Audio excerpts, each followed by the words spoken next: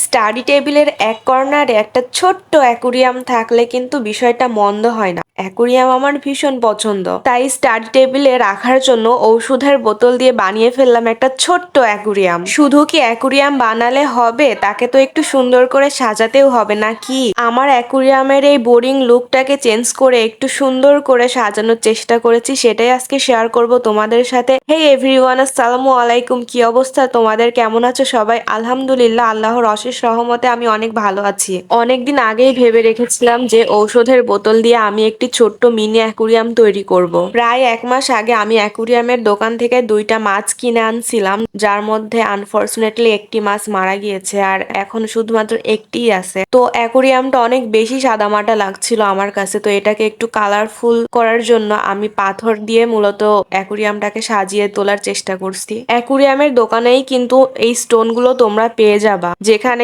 Radium stone, colourful stone, সাদা stone, সব ধরনের স্টোনই পাওয়া যায়। তো আমি এখানে হোয়াইট কালার স্টোন গুলো নিয়েছিলাম। এখন তোমরা অনেকেই বলতে পারো, আপু অ্যাকুরিয়ামের দোকানে তো কালারফুল স্টোন পাওয়াই যায়, তাহলে তুমি সাদা স্টোনই কেন নিলে? হ্যাঁ, আমি জানি অ্যাকুরিয়ামের দোকানে কালারফুল পাথর পাওয়া যায়, কিন্তু সেগুলোর প্রাইস একটু বেশি, আর হোয়াইট কালার স্টোন গুলোর প্রাইস তুলনামূলক একটু কম। আর আমার কাছে যেহেতু কালার ছিল, তো আমি শুধু শুধু কেন বেশি টাকা দিয়ে এই কালারফুল পাথর কিনবো, যখন আমি নিজেই কালারফুল পাথর তৈরি করতে পারবো। আর দোকানে যে কালারফুল পাথরগুলো পাওয়া যায়, ওইগুলোর কালার কিন্তু খুব বেশি ডিপ হয় না, খুবই লাইট হয়, যেগুলো পানির মধ্যে দিলে কালারটা হালকা হালকা বোঝা যায়, অতটাও বেশি বোঝা যায় না। কিন্তু স্টোন গুলোকে তুমি যখন নিজে হাতে কালার করবা, তখন কিন্তু তুমি ইচ্ছা মতো কালার দিতে পারো। তুমি ইচ্ছা করলে ডিপও করতে পারো, হালকাও করতে পারো। তো আমি একটু ডিপ কালার চাচ্ছিলাম, যে কারণে আমি এই জন্য আর কি আমি ভাবছিলাম যে আমি আমার পছন্দ মতো কালার করে নেব। আমি রাত 12টার সময় কালার করতে বসছি, আর রাত 3টা পর্যন্ত আমি কালার করছি। আসলে স্টোন গুলা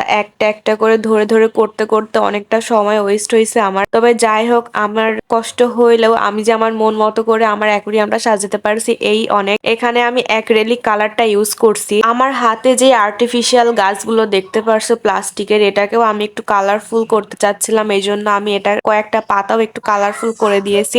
এগুলাও কিন্তু তোমরা অ্যাকুরিয়ামের দোকানেই সব পেয়ে যাবা। স্টোন গুলোকে কালার করার পরে দেখতে এত বেশি সুন্দর লাগছিল, মনে হচ্ছিল ড্রাই ফ্রুটস। স্টোন গুলাকে কালার করে আমি একটা টিস্যু পেপারের উপরে স্টোন গুলাকে রেখেছিলাম, যেন অতিরিক্ত কালার গুলো টিস্যু পেপার অ্যাবজর্ব করে নেয় আর স্টোন গুলো খুব তাড়াতাড়ি ড্রাই হয়ে যায়। সারা রাত জেগে একটি একটি স্টোন কালার করেছি, অনেক কষ্ট হয়ে গেছিল, তারপরেও কিছু করার নাই। হাজার হলেও শখের জিনিস বলে কথা, একটু তো কষ্ট করতে হবে। তোমরা যারা আলট্রা প্রো ম্যাক্স বড় লোকস আছো, তারা কিন্তু এরকম কষ্ট করতে না চাইলে ডিরেক্টলি তোমরা দোকান থেকে কালারফুল স্টোন কিনে নিতে পারো। আমি গরিবস, তাই আমি কিছু টাকা বাঁচানোর জন্য হলেও আমি নিজে কষ্ট করে কালার করে নিচ্ছি স্টোন গুলোকে। পরের দিন যখন আমি এগুলো নিয়ে আবার কাজ শুরু করলাম, তখন দেখি স্টোন গুলো একটার সাথে আরেকটা লেগে গিয়েছে। আমি আবার হাত দিয়ে সেগুলো ছাড়িয়ে নিয়েছি এবং মেক শিওর করছি যে কালার গুলো খুব ভালো ড্রাই হয়ে গিয়েছে। এরপরেও আমি পানির স্টোন গুলাকে অনেকবার ধুয়ে নিয়েছি, চেক করে নিয়েছি যে কালার উঠছে কিনা। আলহামদুলিল্লাহ, কালার গুলো উঠি নাই, কালার গুলো স্টোনের সাথেই লেগে আছে। দেখেছো স্টোন গুলোর কালার কত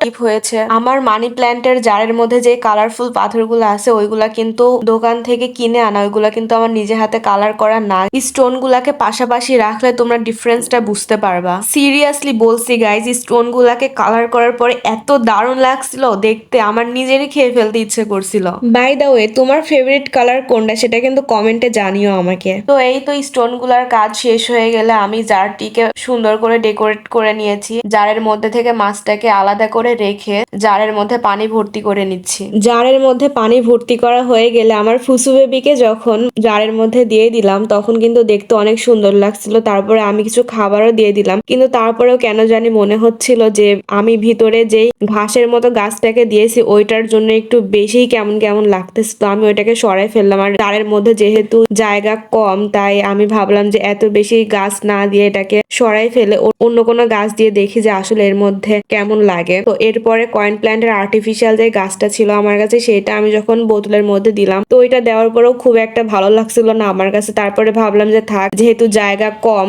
তাহলে আমি আর এত বেশি গাছ এর মধ্যে ঢুকাবো না, জাস্ট জাস্ট একটা গাছই দিয়ে রাখবো, দেখি শুধু একটা গাছ দিয়ে কেমন লাগে। অ্যান্ড ফাইনালি শুধুমাত্র একটি গাছ দেওয়ার পরে কিন্তু অ্যাকুরিয়ামের আসল সৌন্দর্যটা ফুটে উঠছিল। আর অতিরিক্ত গাছ দেওয়ার কারণে কিন্তু ফার্স্টে এত বেশি ভালো লাগেনি, তো ফাইনালি আমি একটা গাছই ভেতরে রাখছি আর কি। এখানে পাশাপাশি দুইটা জার দেখতে পারছো, একটির মধ্যে মাছের অ্যাকুরিয়াম তৈরি করছে আর একটার মধ্যে আমি মানি প্ল্যান্ট রাখছি। মানি প্ল্যান্ট জারের মধ্যে যে কালারফুল স্টোন গুলা দেখছো ওইগুলো বাগুলো দোকান থেকে কিনে আনা কালারফুল স্টোন। আর পাশে যেই মাছের অ্যাকুরিয়াম দেখছো ওখানে যে স্টোন গুলো আছে ওগুলো তো তোমরা দেখলেই, আমি নিজে হাতে কালার করছি। কালার ডিফারেন্সটা দেখতে পারছো যে কোনটা ডিপ কোনটা লাইট, তো এই জন্য আর কি এত কষ্ট। আই হোপ আমি তোমাদের বুঝাইতে পারছি। জারের মধ্যে কালারফুল স্টোন গুলো সেট করার পরেও বেশ কিছু স্টোন বেঁচে গিয়েছে, সেই বেঁচে যাওয়া স্টোন গুলাকে দিয়ে আমি আমার প্ল্যান্ট গুলাকে সাজিয়ে দিয়েছি। তো এই ছিল আমার স্টাডি টেবিলের একটা কর্নারের ফাইনাল লুক। তো আজ এতটুকুই থাক, ভিডিওটাকে আর বেশি লং করতেছি না। যদি ভিডিওটি ভালো লেগে থাকে তাহলে আমাকে কমেন্ট করে জানাতে পারো, লাইক ফলো অ্যান্ড শেয়ার করে পাশে থাকতে পারো। আল্লাহ হাফেজ।